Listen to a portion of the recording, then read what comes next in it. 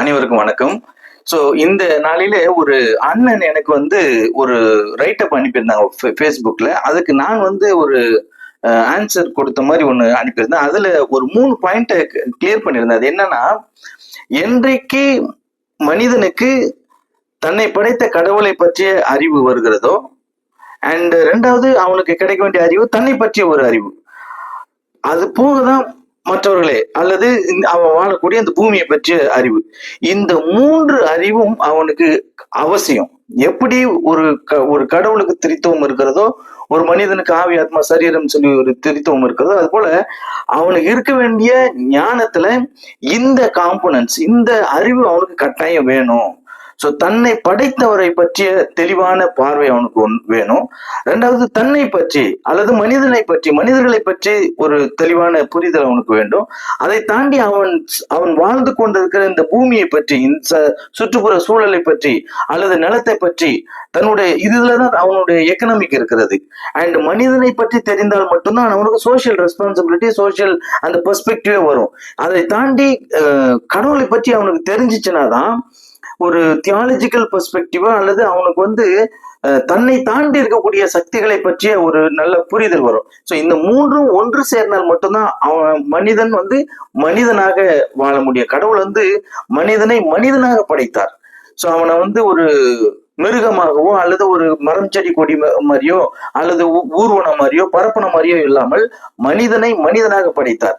So அந்த ரகசியம் அவனுக்கு தெரிஞ்சிருச்சுனாவே அவன் வந்து தன்னுடைய வாழ்வில சரியான நேர்கோட்டில் அவன் போக ஆரம்பிப்பான். அதற்கு முன்பாக தன்னை படைத்த கடவுளை பற்றி அவனுக்கு கட்டாயமா ஒரு ஐடியா வேணும். ஸோ அவர் இப்ப கடவுள் வந்து அது கடவுளை பற்றி வேதத்துல ரொம்ப தெளிவாக சொல்லப்பட்டிருக்குது. அவர் எப்படி நம்மளை படைக்கிறாராம் he knows us from inside out அப்படின்னு சொல்லி. ஸோ அதாவது மனிதன் வந்து வெளிப்புறத்துல பார்த்துட்டு உள்ள எப்படி இருப்பான் அப்படின்னு சொல்லி ஒரு கணக்கு போடுவான். ஆனா கடவுள் உள்ள இருந்து வெளியே பார்க்கிறார்.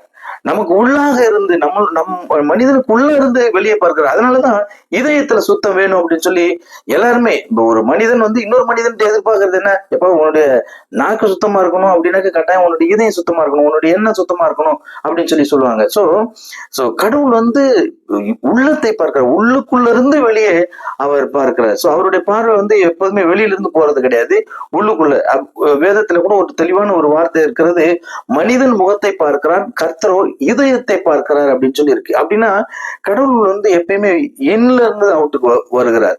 அது மட்டுமல்ல, நம்மளுடைய பாடியில உருவாக்கப்படுகிற ஒவ்வொரு போன்ஸ் எலும்புகளையும் அவர் அறிந்திருக்கிறார் அப்படின்னு சொல்லி.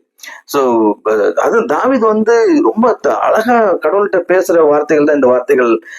You know every bone of my body அப்படின்னு சொல்லி, என்னுடைய உடம்புல இருக்கக்கூடிய அத்தனை எலும்புகளையும் வந்து நீங்க அறிந்திருக்கிறீர்கள் அப்படின்னு சொல்லி சொல்லுகிறான். அது மட்டுமல்ல, நான் எப்படி உருவாக்கப்படணும், எப்படி உருவாக்கப்பட்டேன், இன்ச்சு நீங்க சயின்ஸ்ல பாத்தீங்க அப்படின்னா ஒரு குழந்தை அதாவது அந்த கன்சீவ் ஆகிட்டு அந்த ஒவ்வொரு சின்ன சின்ன அவயங்கள்லாம் எப்படி ஃபார்ம் ஆகுறதுன்ட்டு அவங்க படிப்பாங்க. ஸோ அப்படி பிட் பை பிட்டா வந்து ஒவ்வொன்றையும் கடவுள் வந்து நேர்த்தியா செய்கிறார்.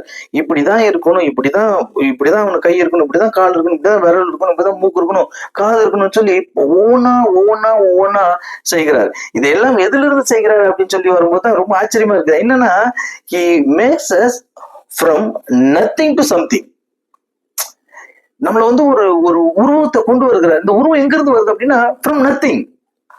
So we are something from the nothing.